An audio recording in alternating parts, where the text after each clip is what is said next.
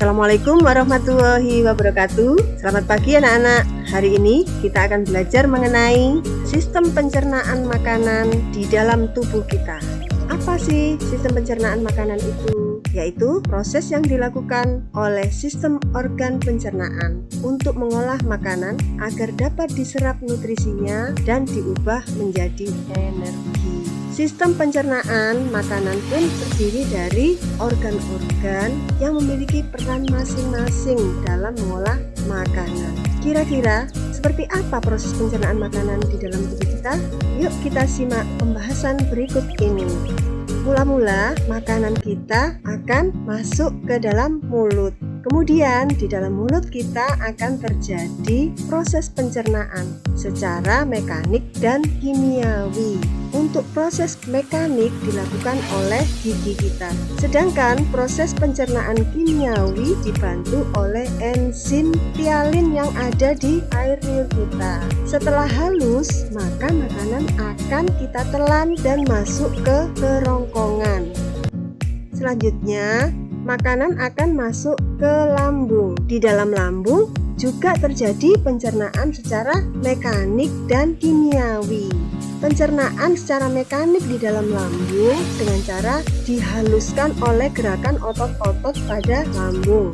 Secara kimiawi, ada 3 enzim yang dikeluarkan oleh lambungnya. Yang pertama, enzim pepsin yang berfungsi mengubah protein menjadi asam amino. Yang kedua, enzim renin yang berfungsi mengubah protein menjadi kasein. Selanjutnya, asam klorida yang berfungsi memecah protein serta melawan virus dan bakteri yang masuk melalui sistem pencernaan. Setelah makanan tadi diolah di dalam lambung halus, kemudian makanan akan menuju ke usus halus.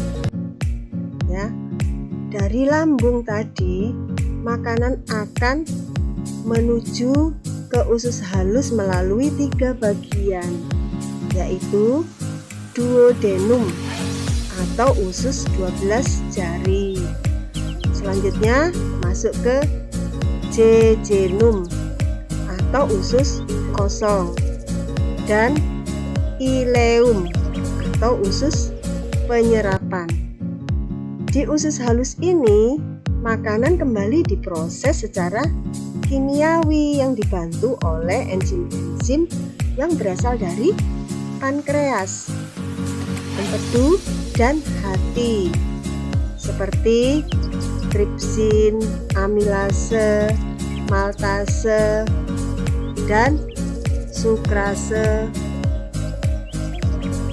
Zat tersebut akan memecah karbohidrat, lemak, dan protein menjadi senyawa yang lebih sederhana, sehingga dapat diserap dan dimanfaatkan oleh tubuh.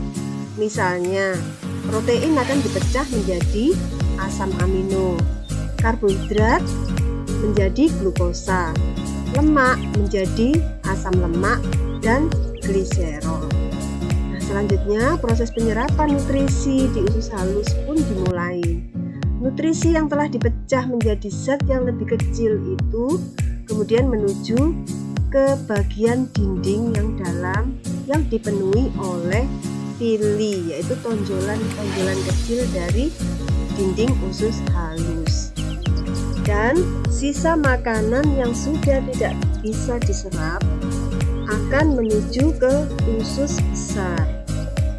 Di dalam usus besar, air yang tersisa akan diserap. Kemudian, bakteri yang terdapat di dalam usus besar itu juga berperan penting dalam menghasilkan vitamin K pada tubuh.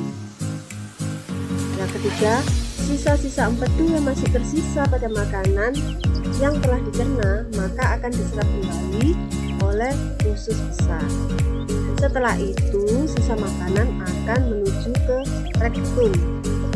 Bagian usus besar ini berfungsi untuk menerima dan menyimpan limbah dari kolon hingga tiba saatnya dikeluarkan oleh tubuh menuju anus.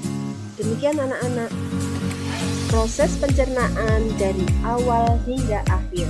Semoga kalian bisa memahami penjelasan saya. Agus Indrawati dari SMP Negeri 10 Surabaya. Assalamualaikum warahmatullahi wabarakatuh.